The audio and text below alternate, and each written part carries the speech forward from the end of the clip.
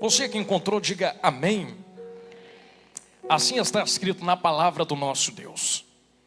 E Eliseu enviou um mensageiro a ele, dizendo: vai e te lava no Jordão 7 vezes, e a tua carne virá novamente a ti, e tu serás limpo. Porém Naamã ficou irado, e foi-se embora e disse: eu pensava, ele certamente sairia até mim, se poria de pé diante de mim, e clamaria o nome do Senhor seu Deus, e bateria a sua mão sobre o local, e eu me recuperaria da lepra. Não são Abã e Farpar, os rios de Damasco, melhores do que todas as águas de Israel? Não posso eu me lavar neles e ficar limpo? Assim ele se volveu a partir em fúria. E um dos seus servos se aproximaram e falaram a ele, dizendo: meu pai, se o profeta tivesse te pedido a fazer uma coisa grande, você não teria feito. Quanto mais agora que ele te diz: vai, lava-te e ficas limpo. Então ele desceu, mergulhou 7 vezes no Jordão, segundo o dizer do homem de Deus, e a sua carne retornou como a carne de uma pequena criança, e ele ficou purificado. Amém, glória a Deus. Olhe para mim, meus irmãos, lendo esta passagem, estes versos, não posso deixar de perceber e verificar que existe um nível dentro deste contexto, dessa história, que está sendo, não vou dizer contradito, mas enfrentado, entre aspas. Haja vista que o capítulo 5 começa a história dizendo que Naamã não é qualquer pessoa. Naamã é alguém poderoso, é alguém famoso, é alguém de nome. E apesar de tudo isso, a Bíblia faz questão de dizer que existia uma lepra nele. Naamã de si mesmo se coloca numa caminhada a fim de purificar aquilo que talvez o estivesse atrapalhando nessa sua jornada poderosa, nesse seu ministério de nome que ele exercia dentro do seu país.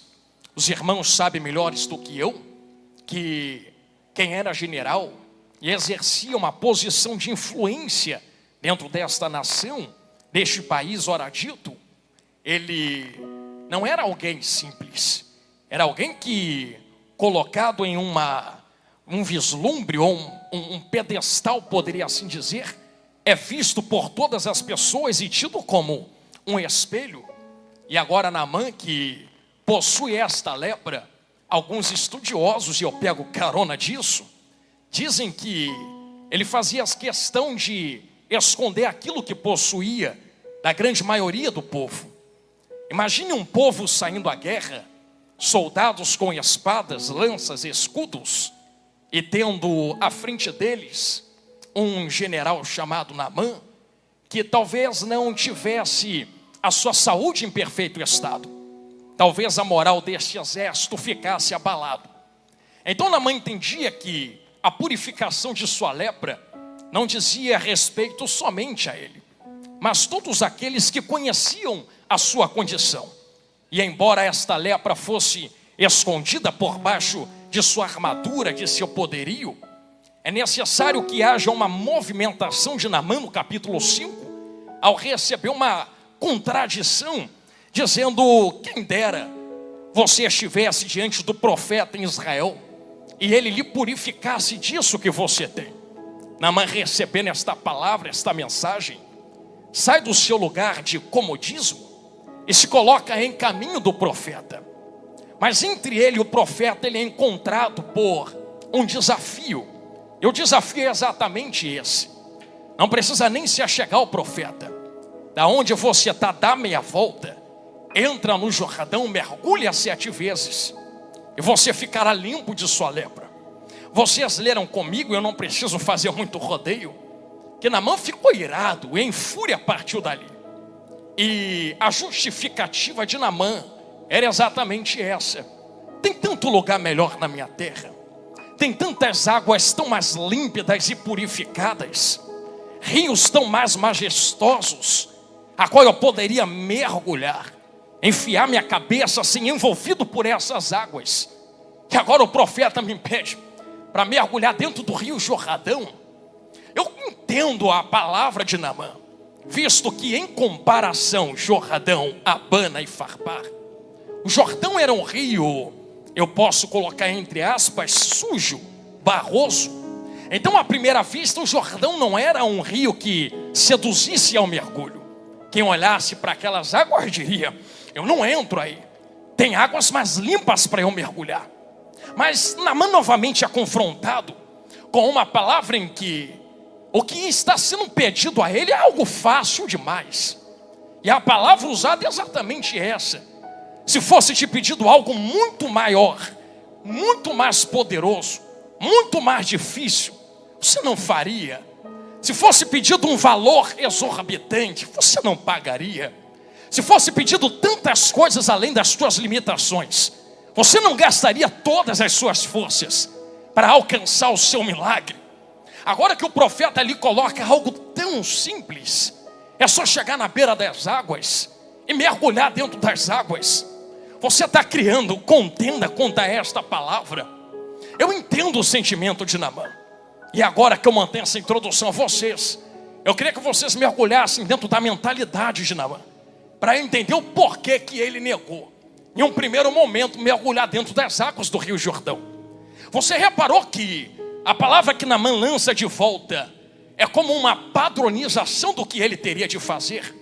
Ele diz: eu pensei que o profeta viria até mim, colocaria a mão na minha cabeça, levantaria as mãos para os céus e diria: Deus, desce com teu fogo e com a tua glória, e colocando a mão na minha carne sobre o lugar que está ferido ou sobre a doença, profetizaria a cura e eu seria curado. Então vocês percebam que pela cabeça de Naamã existia uma padronização do que ele deveria fazer. Irmãos, não me tenham por palavra pesada, mas dentro do reino de Deus nós entendemos certamente estas coisas. Não existe padronização quando se diz respeito a quebrar uma liturgia, quebrar algo que já está padronizado por nós, para alcançar algo que Deus colocou que nós fizéssemos, e aquilo que colocamos diante de Deus a alcançar. Observe que ele mesmo é quem diz com as próprias palavras: eu já tinha uma padronização do que eu deveria fazer, eu já vim com a mente posta naquilo que eu deveria fazer, já vinha um automático do que eu deveria fazer. Mas nesse dia, varoa, o culto proposto foi diferente. O culto proposto não foi levanta a mão para o céu. O culto proposto não foi abaixa a cabeça para receber óleo. O culto proposto não foi vai descer fogo da glória sobre ti. O culto proposto foi: hoje é você quem vai descer. Hoje não é Deus quem manda fogo, hoje é você quem desce. Hoje não é a mão que se levanta, hoje é você quem desce. Hoje não é a unção que repousa, hoje é você quem desce. Eu posso abrir um parênteses e dizer que nós precisamos sim entrar na casa de Deus com as nossas expectativas. Nós entramos aqui e esperamos que Deus cure, Deus fale, Deus levante, Deus abre.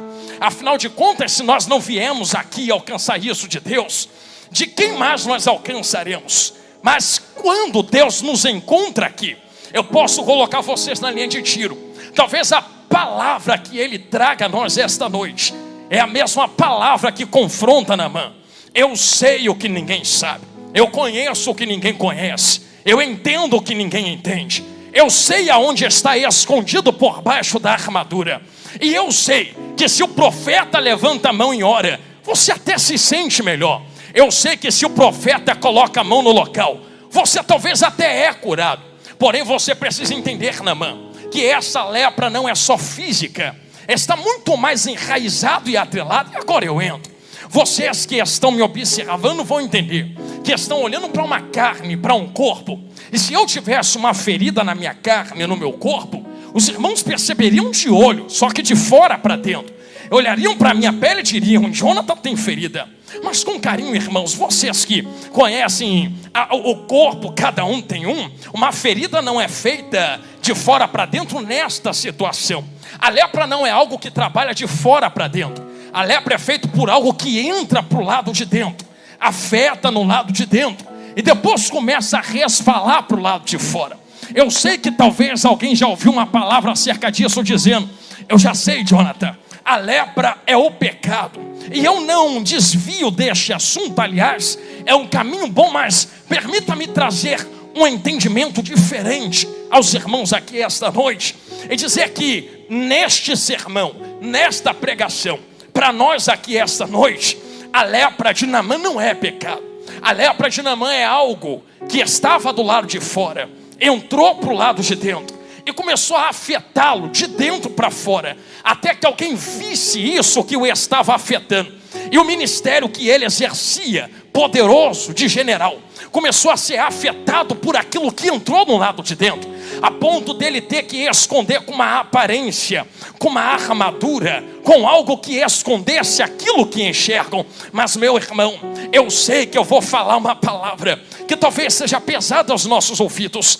Eu, evangelista Jonathan Carlos, poderia subir neste altar e esconder de vocês algo que ninguém conhece, mas Deus ainda conhece. Tudo aquilo que está escondido por baixo das armaduras que colocamos. Eu posso colocar um terno, uma gravata, uma saia, um vestido,